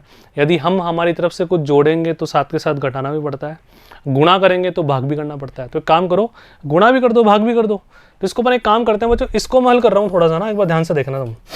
यहाँ पे हम क्या कर रहे हैं, ये C1 C2 C3, ठीक है। C1 को हम चेंज कर रहे हैं किससे, C1 को गुणा कर रहे हैं x से, x C1, है ना। ध्यान से देखना, C2 को गुणा कर रहे हैं बच्चों किससे, हम C2 को चेंज कर रहे हैं, इसको y से गुणा कर दो, y C2, और तीसरे स्तंभ को क्या चेंज करेंगे, इसको z से कर दो, z है ना, z C3। अब ध्यान से देखना, अब ऐसा करने से पहले सर आपको एक काम करना पड़ेगा, इनको बाहर कॉमन भी तो लेना पड़ेगा। तो मैंने x से भी किया, y से भी किया, z से भी किया, है ना, अलग अलग स्तंभ को किया। तो पहले अपन बाहर ले लेते हैं 1/x y z, ये हमने बैलेंस कर दिया। अब आ जाओ तुम, देख लेंगे जो भी होगा, जो बात समझ में आ रही ना। तो पहले स्तंभ को x से गुणा करो बच्चों, x², फिर x³ और यहाँ पे आ जाएगा x y z। आगे बढ़ो, y से करो y², ठीक है, y³ और फिर आ जाएगा x y z। तीसरे स्तंभ पे चलो, z से करो z² z³ x y z। क्या ये बात सभी के समझ आई, क्या आ गई। अब तीसरी पंक्ति में x y z आ रहा है क्या सभी में, बाहर ले लो। अगर हम x y z बाहर ले लेंगे तो उधर भी x y z ऊपर आ जाएगा बच्चों, आएगा नहीं आएगा, x y z, और अपोन में भी बच्चों क्या है, x y, यानी कि 1, खेल खत्म, ठीक है। अंदर आ जाओ, अंदर क्या बच रहा है, अंदर बच रहा है हमारे पास x² y² z²। दूसरी पंक्ति में बच्चों क्या आ रहा है, x³ y³ z³, और तीसरी पंक्ति में 1 1 1। अच्छा लग रहा है थोड़ा सा, देखो इनको इंटरचेंज ही तो करना, अभी कर लेंगे, माइनस कॉमन लेंगे, क्यों चिंता करते हो। ये 1 हो गया। अब बच्चों ध्यान से देखना, क्या मैं, देखो यहाँ मैं तुम्हें समझा रहा हूँ, समझने की कोशिश करो। क्या मैं 2 स्टेप ना करके एक स्टेप में कर दूँ, तुम समझ जाओगे, मैं बोल के समझा रहा हूँ, ध्यान से देखना। सबसे पहले हमें, सबसे पहले क्या काम करना है बच्चों, कि तीसरी पंक्ति में X cube Y cube Z cube आना चाहिए, जैसा ये चाह रहा है। तो हम क्या करेंगे, पहले R2 और R3 को एक्सचेंज करेंगे। और हमें पता है जब किसी पंक्तियां, दो पंक्तियों या स्तंभों को चेंज करते हैं तो नेगेटिव साइन आता है बाहर सारणिक में, एक नेगेटिव साइन आ जाएगा। फिर ये 1 1 1 दूसरी पंक्ति में है, लेकिन 1 1 1 हमें चाहिए पहली पंक्ति में। फिर हम R1 और R2 को एक्सचेंज करेंगे तो फिर माइनस का साइन कॉमन लोगे, तो माइनस माइनस क्या हो जाएगा बच्चों, प्लस। तो डायरेक्ट लिख दूं क्या, समझा दिया ना मैंने तुम्हें, अब तो लिख लोगे, जल्दी बोलो हाँ है ना। चलो तो आराम से तुम संक्रिया लगा लेना। अब क्या संक्रिया लगाओगे बच्चों बताओ, कि देखो सबसे पहले R2 को एक्सचेंज करो बच्चों R3 से, ठीक है, ये कर लोगे। R2 की जगह R3 की जगह R2 आ जाएगा। फिर R1 और R2 को एक्सचेंज करो, दोबारा देख लो, R3 की जगह R2, फिर R2 से वहाँ पे जाएगा। तो अंत में ये सुख दुख पाके बच्चों क्या आ जाएगा, इसका कलर मैं वाइट ले लेता हूँ ताकि हमें दिखाई दे हमने अंत में क्या कर दिया, ठीक है। ये आ जाएगा 1 1 1 X square Y square Z square X cube Y cube Z cube. ये लीजिए, यहाँ तक कोई समस्या हो तो बताओ। तो पहली बात तो हमने सिद्ध कर दी, यानी कि इस प्रश्न के अंदर दो प्रश्न थे, एक तो हमने सलटा दिया बच्चों। अब चलते हैं, इसमें थोड़ा और जोर आने वाला है, तो घबराओ मत, कर लेंगे, क्यों चिंता करते हो तुम। पहले बताओ यहाँ तक की बातें क्लियर है ना।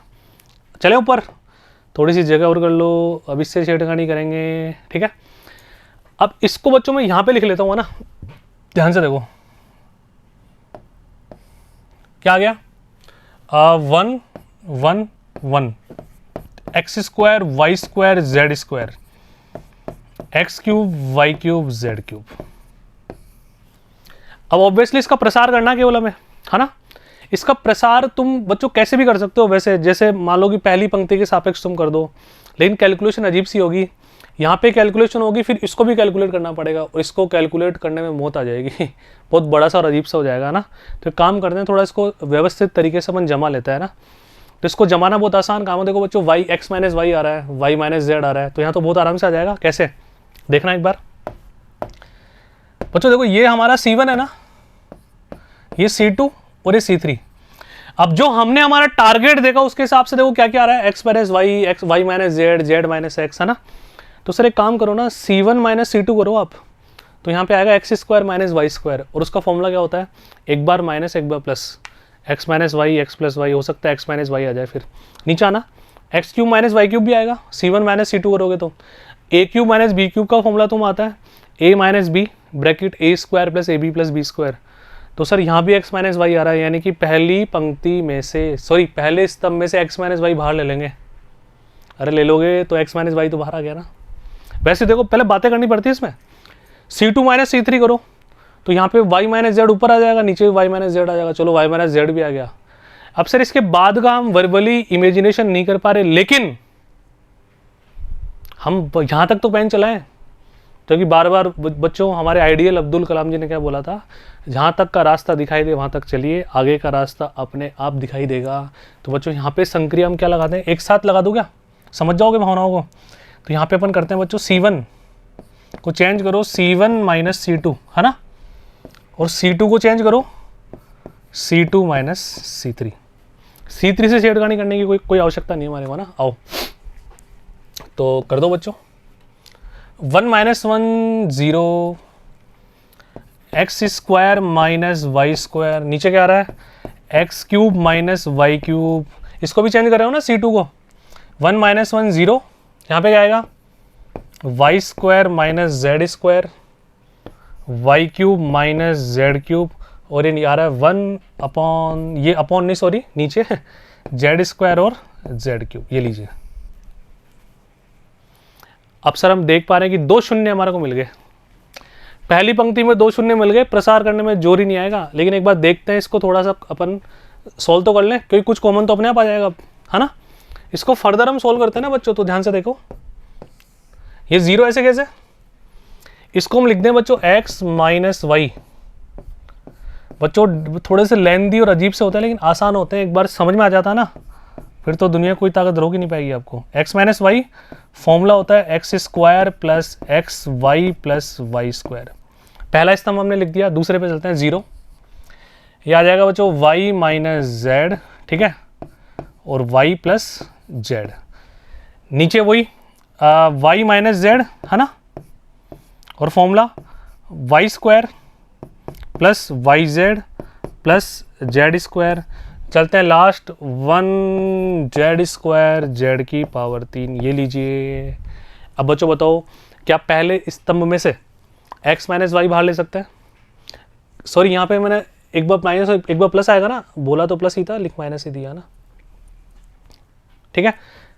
अब यहाँ पर देखो बच्चों, तुम X cube minus Y cube minus Z cube हो गया, Y minus Z Y plus Z. तो दूसरे स्तंभ में से वाई माइनस जेड कॉमन ले लो, पहले स्तंभ में से एक्स माइनस वाई कॉमन ले लो, ठीक है। आ जाओ मेरे साथ साथ, थोड़ा सा इसको ऊपर लेके चलो।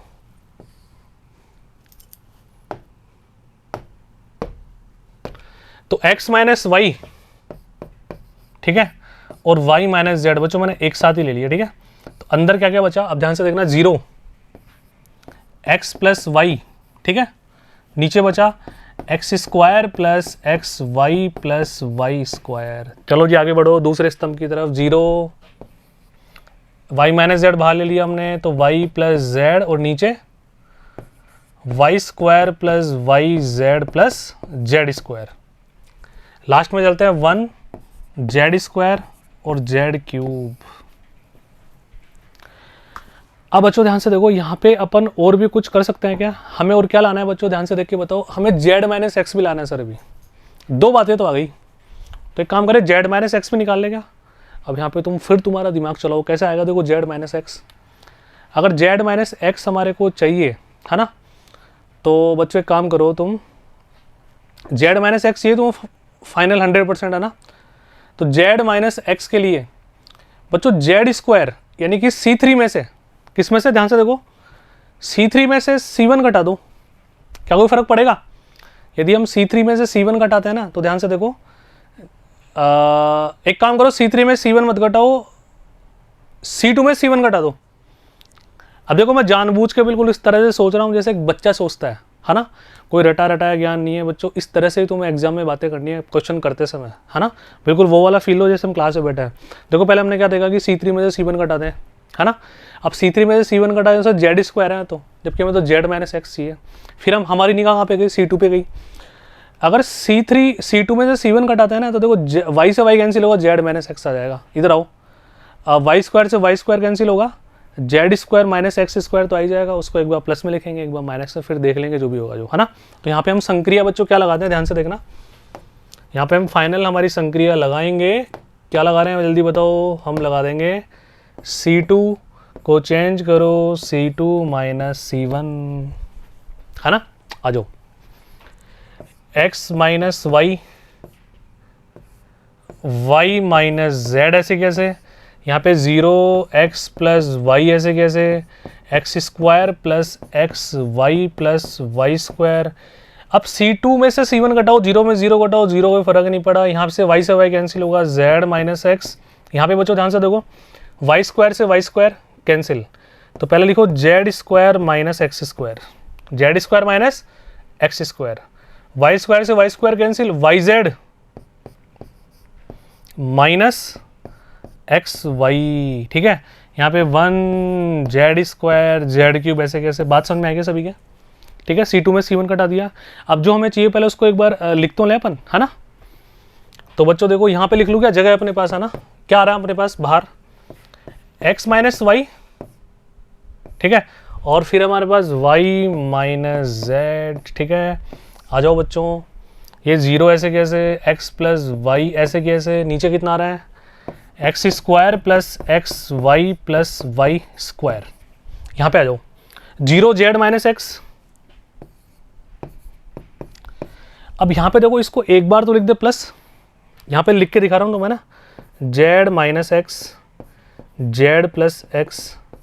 यहाँ पे बच्चों हम क्या कॉमन ले लेंगे? वाई, तो क्या बचेगा? Z minus x. तो दोनों में से जेड माइनस एक्स कॉमन लो, ठीक है। क्या बचा? जेड प्लस एक्स और प्लस का वाई। बच्चों वहीं पे करके दिखा दिया, तुम एक स्टेप और कर लेना आराम से, कॉपी में केवल मैं समझा रहा हूँ तुम्हें ना। क्लियर है। अब जेड माइनस एक्स बाहर आ रहा है क्या बताओ, 200% बाहर आ रहा है, तो इसके लिए इसको और ऊपर करना पड़ेगा ताकि हमारे पास जगह बहुत आराम से हो जाए, है ना। तो बालकों आ जाओ, यहाँ पे ले लो बाहर तुम x minus Y, Y minus Z, Z minus X, ये लो मुबारक हो। क्या बचेगा साहब अंदर, 0x plus Y X square plus X Y plus Y square, ऊपर क्या आ गया बच्चों 0, जेड माइनस एक्स बाहर गया ना जेड माइनस एक्स, तो एक बचा, यहाँ पे बचा Z plus X plus Y, यहाँ पे 1 जेड स्क्वायर जेड क्यूब, ये लीजिए बच्चों।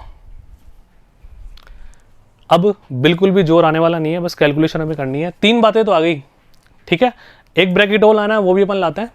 तो बच्चों प्रथम पंक्ति के सापेक्ष इसका प्रसार करने पर या इसका विस्तार करने पर, तो प्रथम पंक्ति के सापेक्ष अपन करें तो पहला देखो x minus Y, Y minus Z और जेड माइनस एक्स को एज इट इज लिख दो, इससे छेड़खानी करने की आवश्यकता ही नहीं है हमारे को, ठीक है।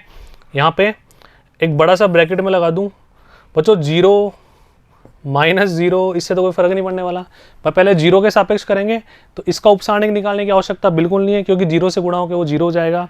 अगेन 0 जरूरत नहीं है, लास्ट वाले 1 के सापेक्ष हमें निकालने की आवश्यकता है, तो इसको मल्टीप्लाई करते हैं डायरेक्ट, जेड क्यूब आ रहा है ना भाई, इस 1 के सापेक्ष निकालोगे ऐसे यूं, तो ये इन दोनों को मल्टीप्लाई करो पहले तुम आराम से, है ना।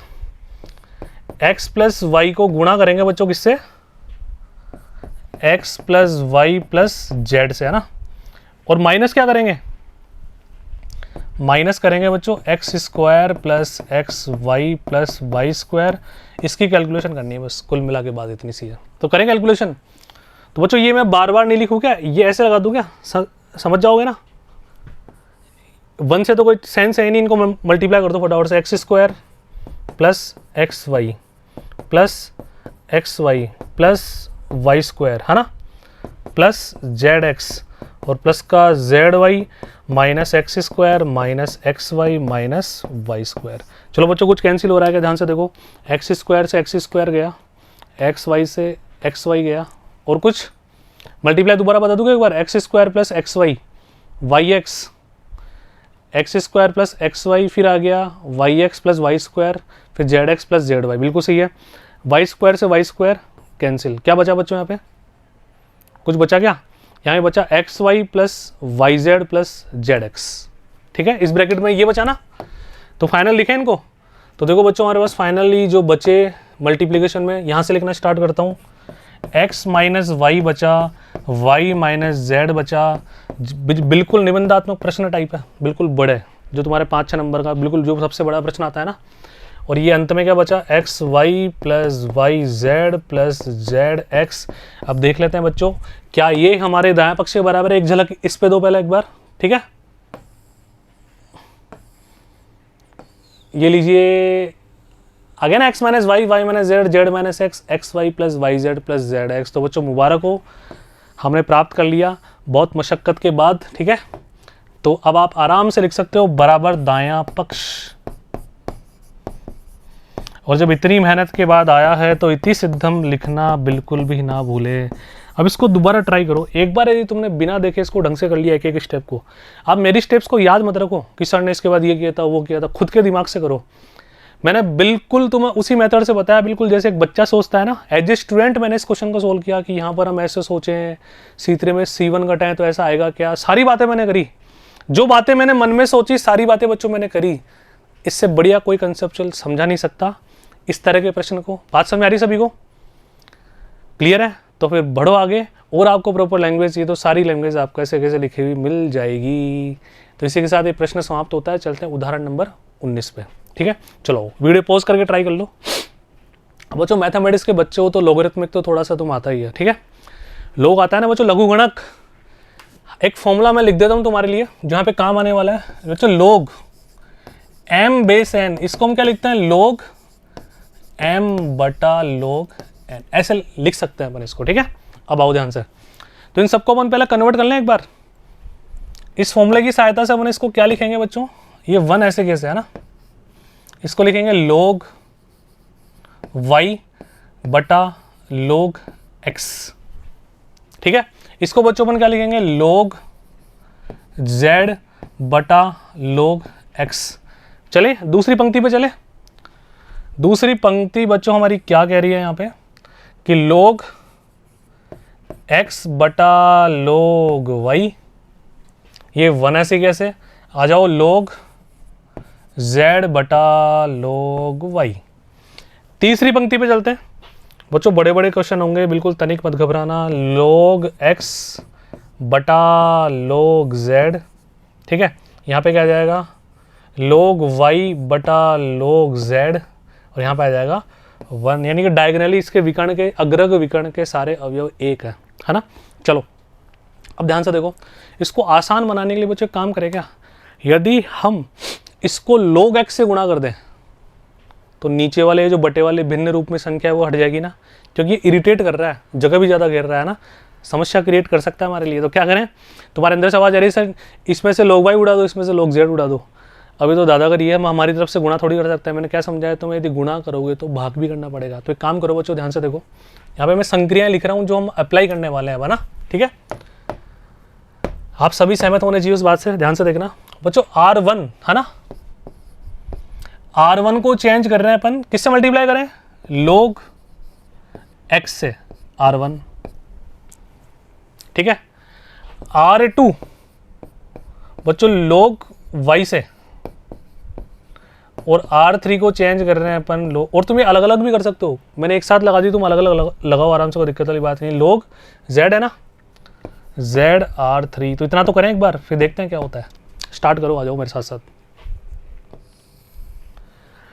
अब बच्चों इसके लिए ये तो दादागिरी हो जाएगी, सर ऐसे कैसे कर सकते हो आप केवल मल्टीप्लाई करोगे तो डिवाइड भी तो करना पड़ेगा, तो डिवाइड करना पड़ेगा। मैंने कम मना किया, तो मैं एक काम करता हूँ, यहाँ लेता हूँ 1 upon log x log y और log z।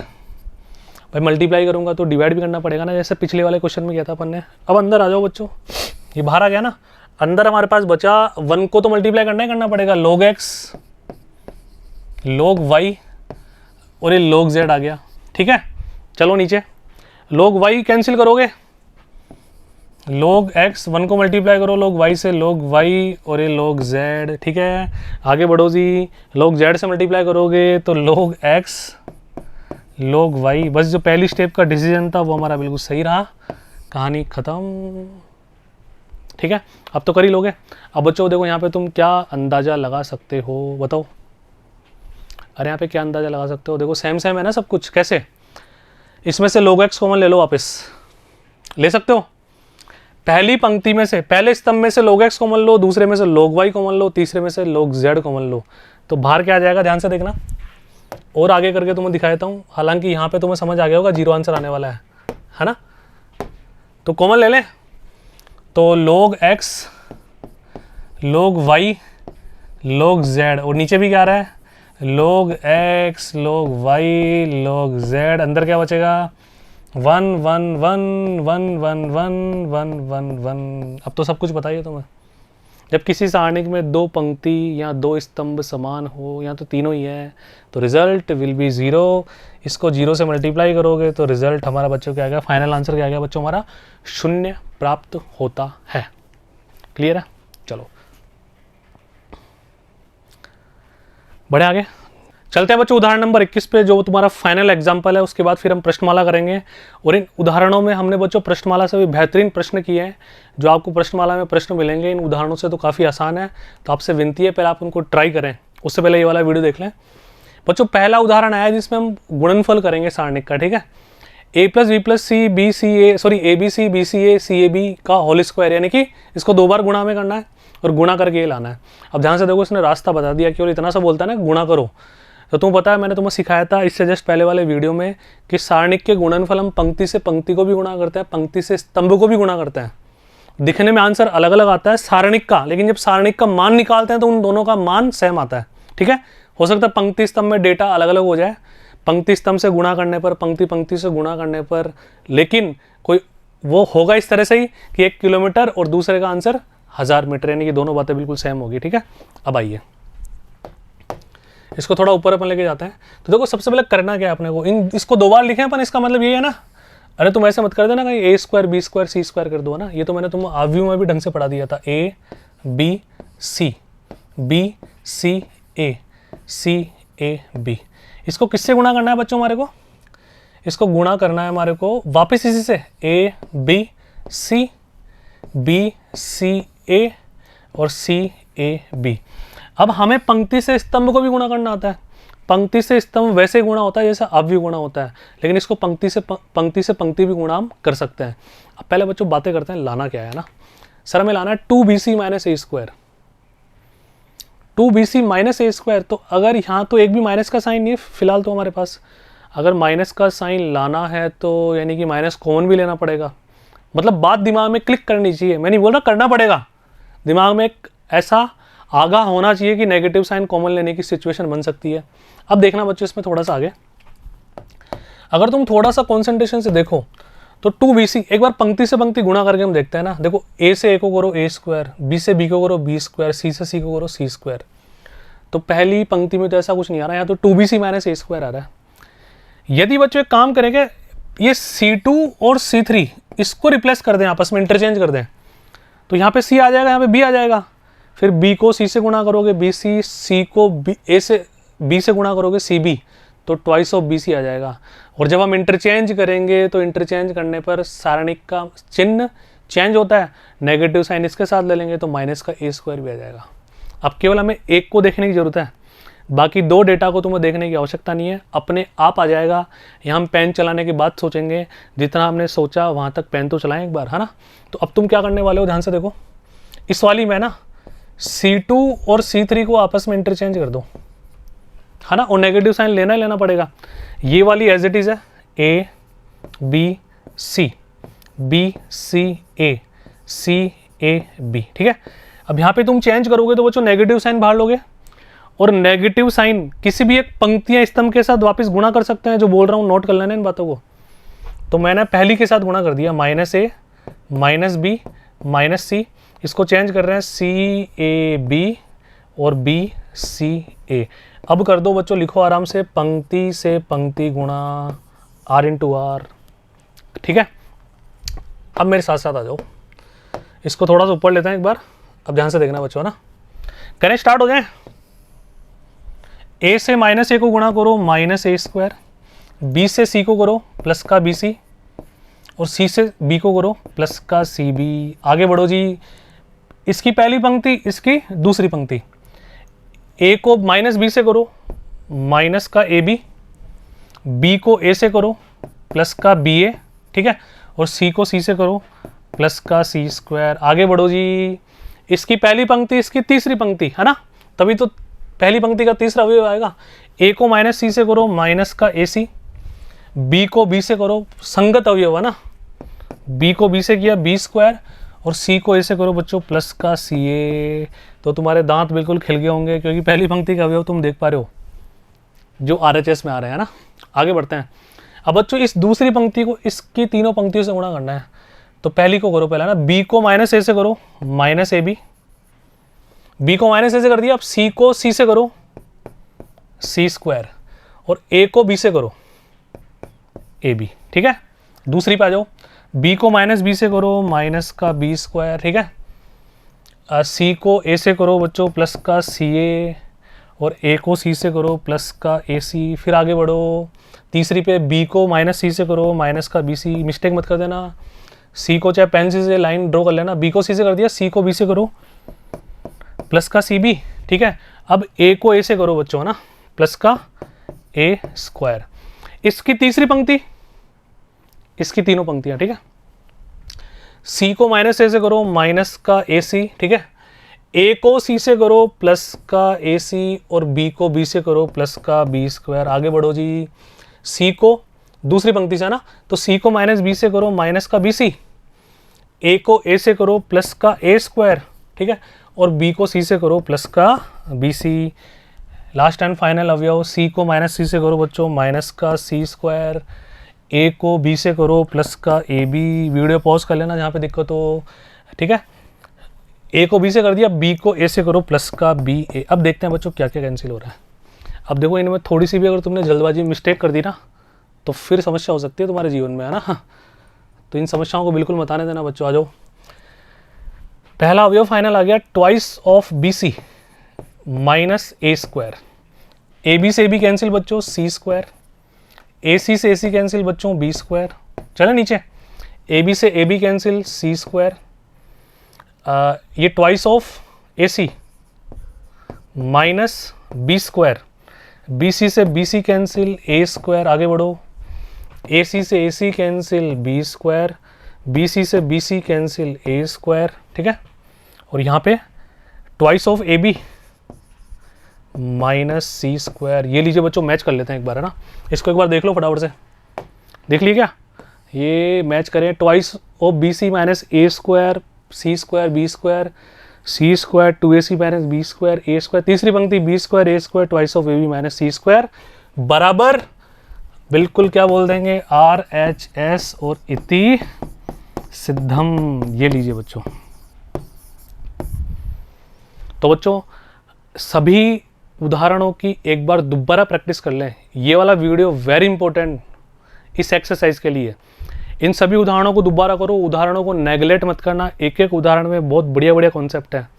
और एक बार आपने पूरा वीडियो देखने के बाद बिना देखे सारे कर लिए विद ओरिएंटेशन, एक एक का रीजन आपने मेरी सोच को पकड़ लिया कि सर ने ऐसा सोचा, यहाँ पर ऐसा सोचा। हालांकि बहुत नेचुरल सॉल्यूशन किए मैंने आपके सामने, उसी तरह से पेश आया जैसे कि स्टूडेंट जैसे तुम करोगे ना, तुम्हारे सामने जो जो समस्या आएंगी उसी तरह के एक्सप्रेशन मैंने दिए, उसी तरह की बोली मैंने बोली। अरे यार ये C3 में से C2 घटेगा तो ये तो पंगा हो जाएगा, बिल्कुल वैसे ही किए हैं बच्चों।